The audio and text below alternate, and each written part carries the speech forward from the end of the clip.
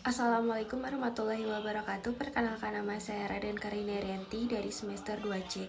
Di sini saya akan mereview mata kuliah Hukum Pidana pada pertemuan hari Senin tanggal 22 Mei 2023 yang telah disampaikan oleh Profesor Dr. Haji Heni Nuraini SAMH dengan pendampingnya yaitu Dr. Muhammad Rendi Aridayandi SAMH. Melanjutkan dari materi yang sebelumnya, materi kali ini membahas tentang kealpaan atau culpa yang merupakan kebalikan dari kesengajaan atau dapat juga disebut kurang hati-hati, yang terdiri dari kealpaan disadari dan kealpaan tidak disadari.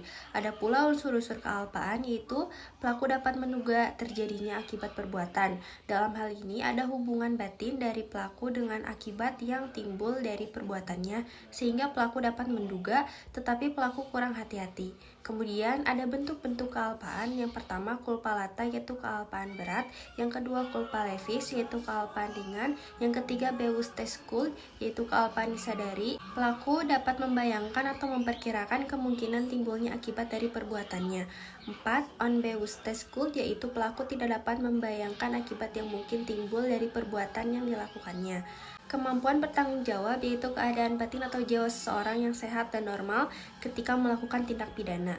Cara menentukan kemampuan bertanggung jawab yaitu sistem deskriptif menyatakan, sistem normatif menilai, sistem deskriptif normatif gabungan dari 1 dan 2. Dan KUHP di Indonesia menganut sistem yang ketiga yaitu deskriptif normatif dengan alasan deskriptif artinya keadaan jiwa pelaku digambarkan oleh psikiater, dan normatif artinya hakimlah yang menilai dan menyimpulkan perbuatan tersebut mampu atau tidak mampu, yang didasarkan pada hasil pemeriksaan di pengadilan.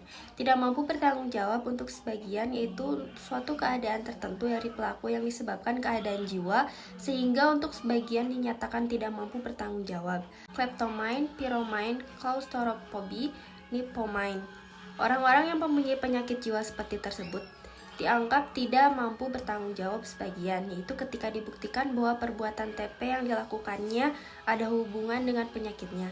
Tetapi untuk perbuatan lainnya jiwanya normal, sehingga untuk perbuatan pidana di luar penyakitnya dapat dimintai pertanggungjawaban pidana. Lalu kemudian, mabok dalam hal pelaku melakukan mabok secara sengaja supaya berani dan tidak malu dalam melakukan kejahatan adalah termasuk kesengajaan dan dapat dipertanggungjawabkan segala konsekuensi dan akibat dari perbuatannya. Jadi bukan alasan pemaaf atau penghapus pidana. Atas dasar itu harus dilihat batas mampu dan tidak mampu bertanggung jawab.